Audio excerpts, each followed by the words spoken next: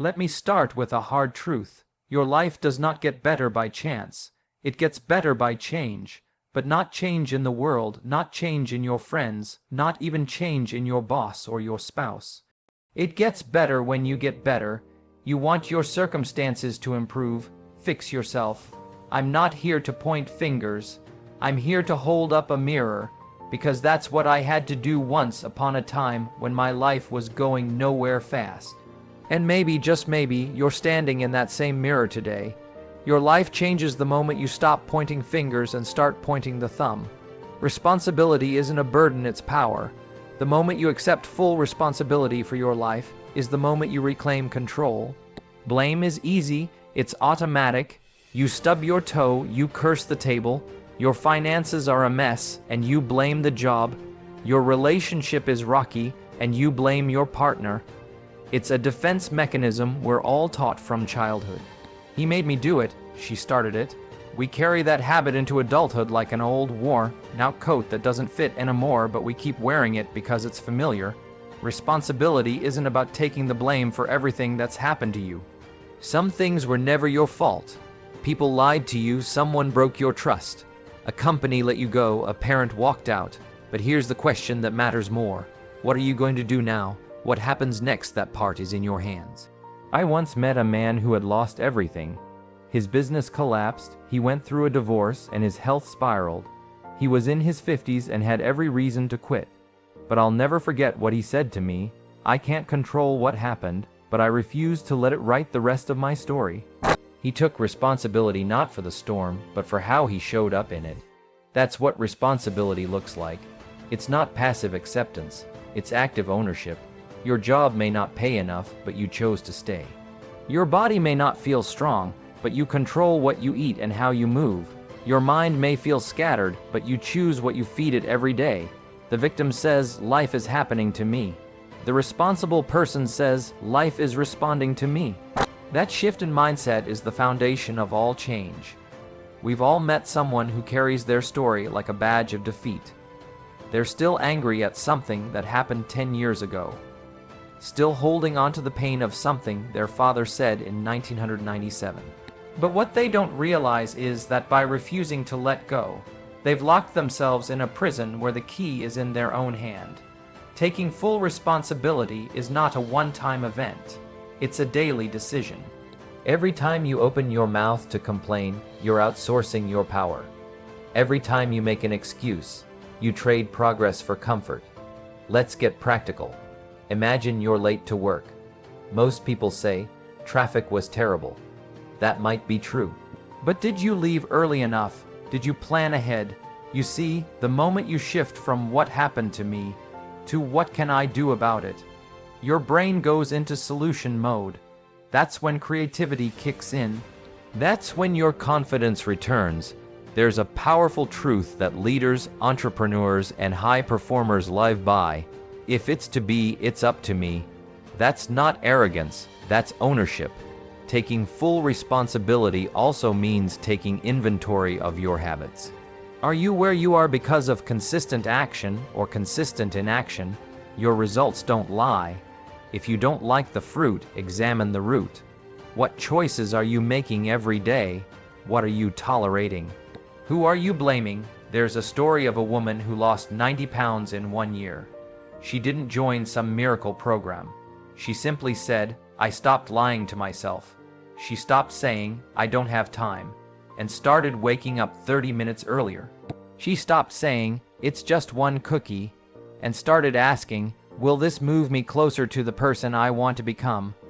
That's ownership, no shortcuts, no excuses.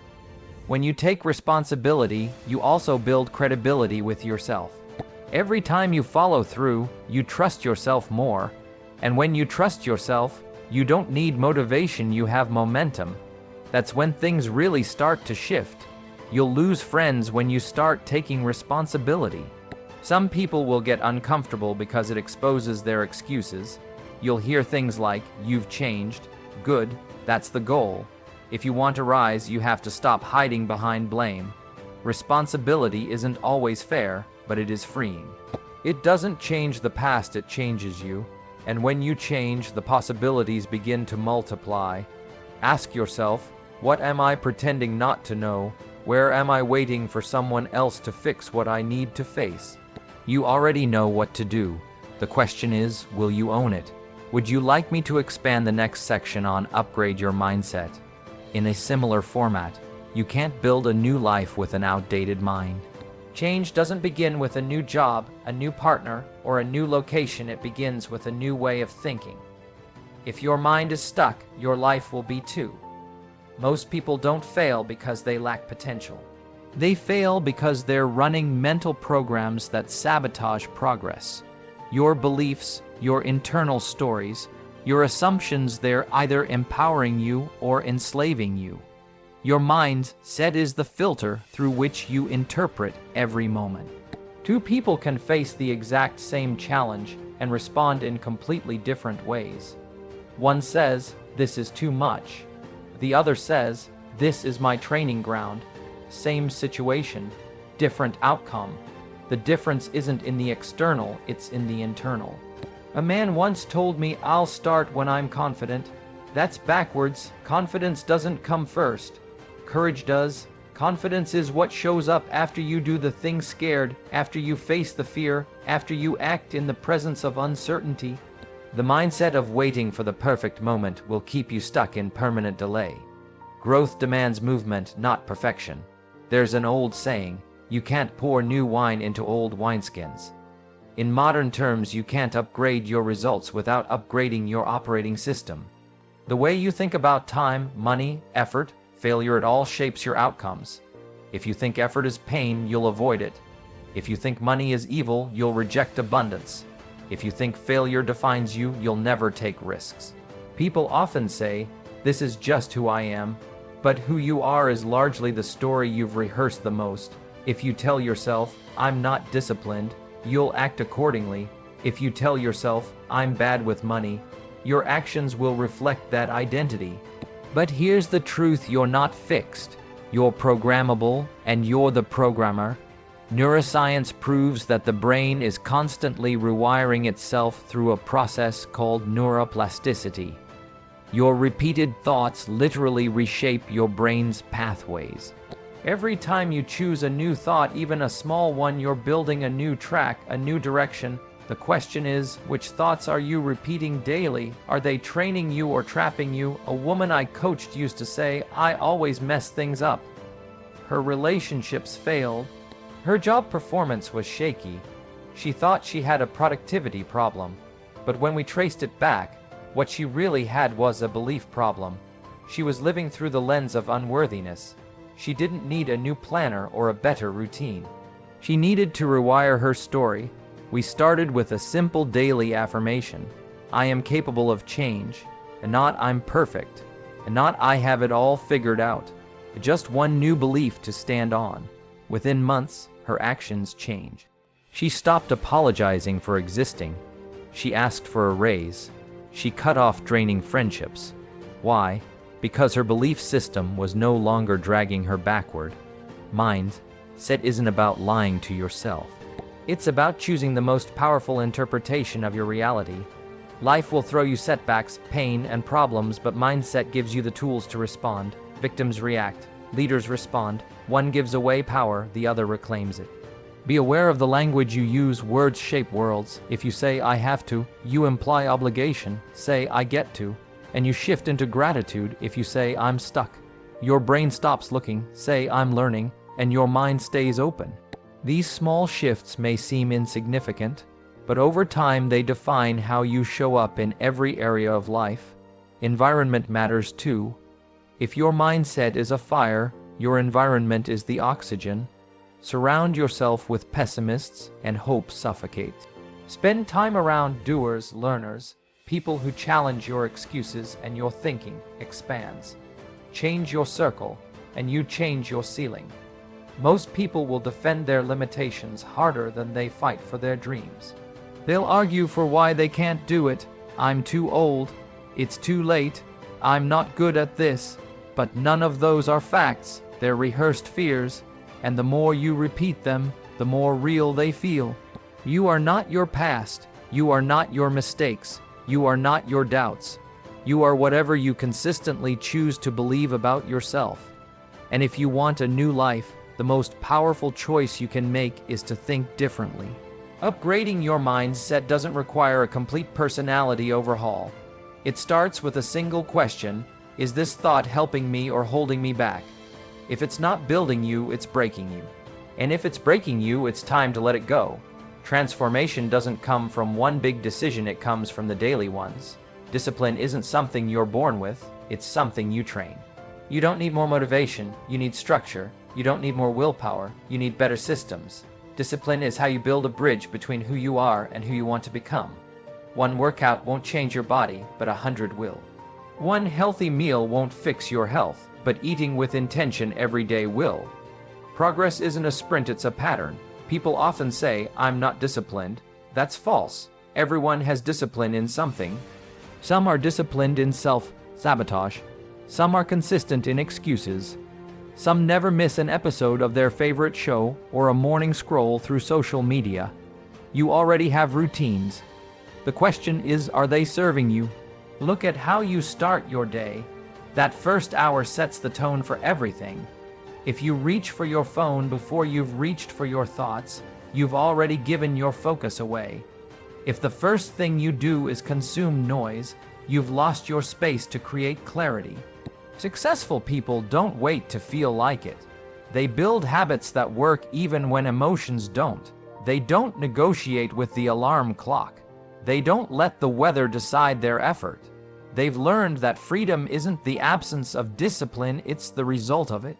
Consider brushing your teeth. You don't debate it. You don't need inspiration. You just do it because it's part of who you are. The goal is to make your growth routines just as automatic. Reading for 10 minutes. Moving your body, planning your day, journaling your thoughts. None of these take hours, they take intention.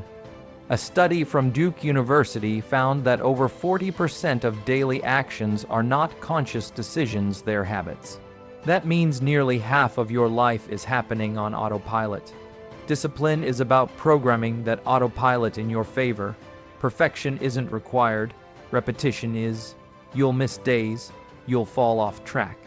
That doesn't mean you failed. What matters is getting back on. A single missed workout never ruined a body, giving up did. A skipped journal entry didn't destroy clarity, quitting did. Start small. Overwhelm kills momentum. Don't try to transform your whole life in 1 week. Build one habit, master it, then stack another. One step at a time, consistently taken, creates more distance than a burst followed by burnout. People who change their lives aren't better than you, they're just more consistent. Growth doesn't just come from what you add, it also comes from what you remove. A healthy life isn't just about eating better food. It's about cutting out what's poisoning you. This applies to your body, your mind, your relationships, and your environment. Toxic habits are comfort traps. They feel good now but rob you later. Scrolling endlessly, complaining, procrastinating, comparing yourself to strangers online. These things don't look dangerous on the surface, but they quietly drain your focus, your energy, your belief in yourself. Toxic people are just as damaging. If you're constantly surrounded by negativity, don't be surprised when you feel heavy all the time. If the people closest to you mock your growth, minimize your goals, or encourage your worst habits, you're not around friends, you're around anchors. There's a hard truth that many avoid. Some people won't clap for you when you rise. Not because you've changed, but because your growth reminds them they haven't. It's not your job to stay small to protect someone else's comfort. You are the average of the voices you listen to most.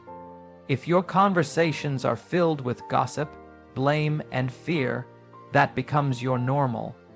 But when you surround yourself with people who challenge you, speak life into you, and live with purpose, your standards rise naturally. Take inventory.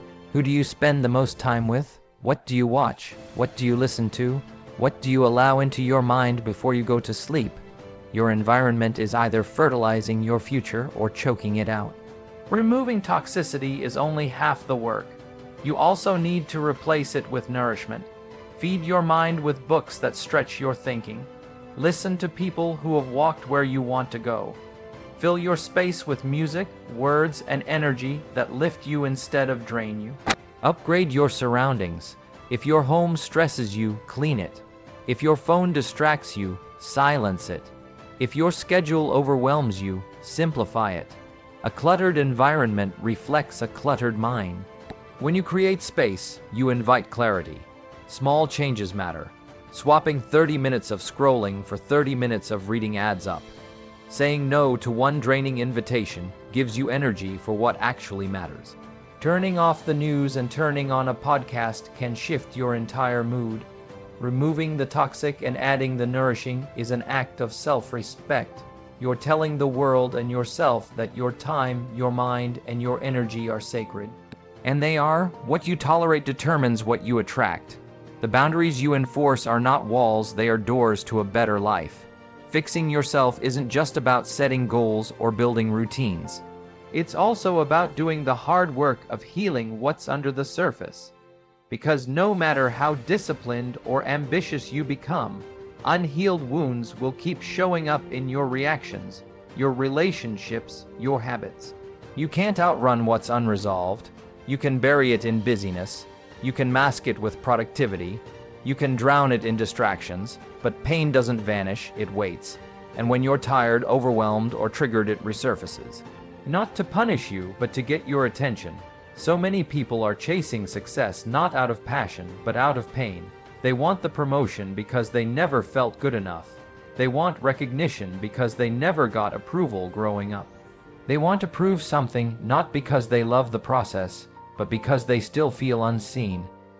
A man I worked with built a 7-figure business, had a beautiful house, a great reputation, but he couldn't sleep. He was exhausted, disconnected, and angry all the time. He thought he had a work-life balance problem. He didn't. He had a buried childhood wound, a father who abandoned the family. Every achievement was a scream into the void, am I enough now?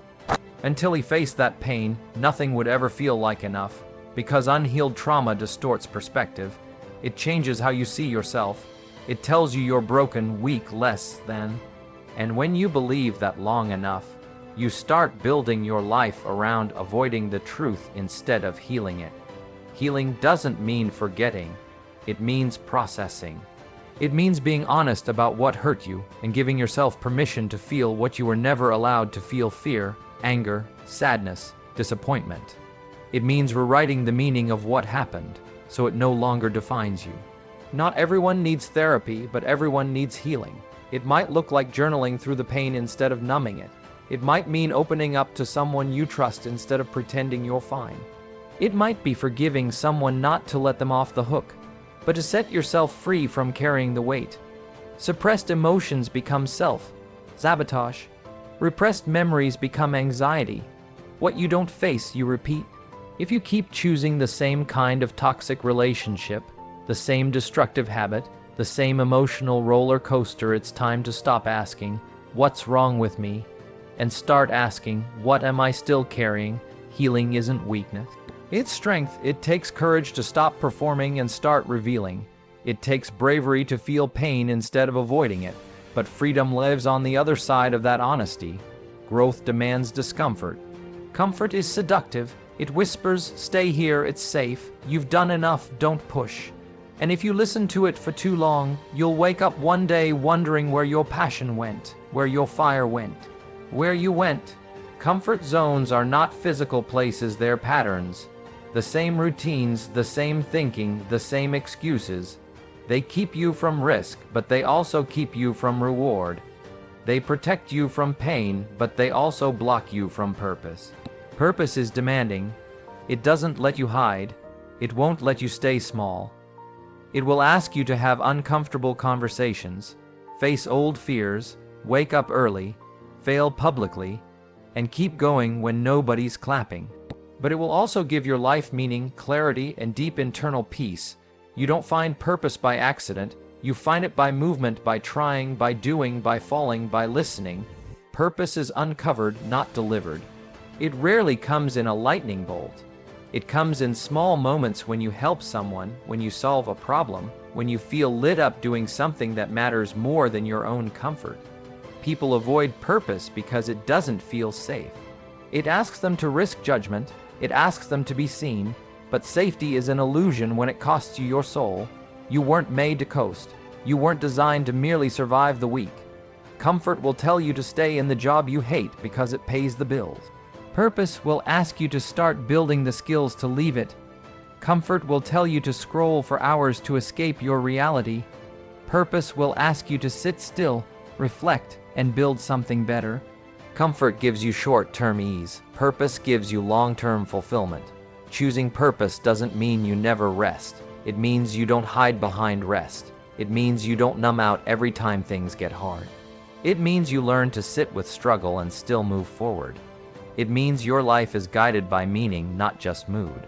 A woman I spoke to spent years in a job that drained her. She told herself she was lucky to have it, that it was selfish to want more, but every day she felt more disconnected from herself. One day, she started teaching art online, something she hadn't done in years. The moment she helped her first student rediscover creativity, she said, "I remembered who I was." That's what purpose does. It reconnects you to yourself. Choosing purpose over comfort doesn't make life easier, but it makes it worth it. You stop chasing quick highs and start building something lasting. You stop needing outside applause and start creating inner alignment.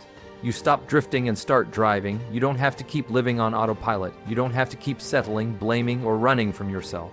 The power to change your life is already in your hands. It always has been. The work isn't out there. The work is in here. Fixing yourself is not about becoming perfect. It's about becoming honest. It's about looking in the mirror and saying, no more lies, no more delay, no more hiding. Because deep down, you know you're capable of more. That whisper you've been ignoring, that ache in your gut when you settle for less, that's not weakness. That's your real self trying to surface. Take full responsibility, not because it's easy, but because it's the only way to gain control. Upgrade your mindset because old thinking can't build a new future. Build daily disciplines because greatness isn't a leap, it's a rhythm. Cut what's toxic and feed what gives life because your environment becomes your energy. Heal what's hidden because unresolved pain will keep you cycling through the same patterns. Choose purpose over comfort because comfort won't fulfill you, but purpose will. There is no perfect moment. There's only now. If you wait until you feel ready, you'll be waiting forever. If you wait until life calms down, you'll miss your shot. Growth doesn't come when it's convenient. It comes when you decide. You get one life, one shot, one you. So fix yourself not because you're broken, but because you're ready to build something better. You owe that to yourself, and the world is waiting for the version of you who finally says, "I'm done surviving, it's time to rise."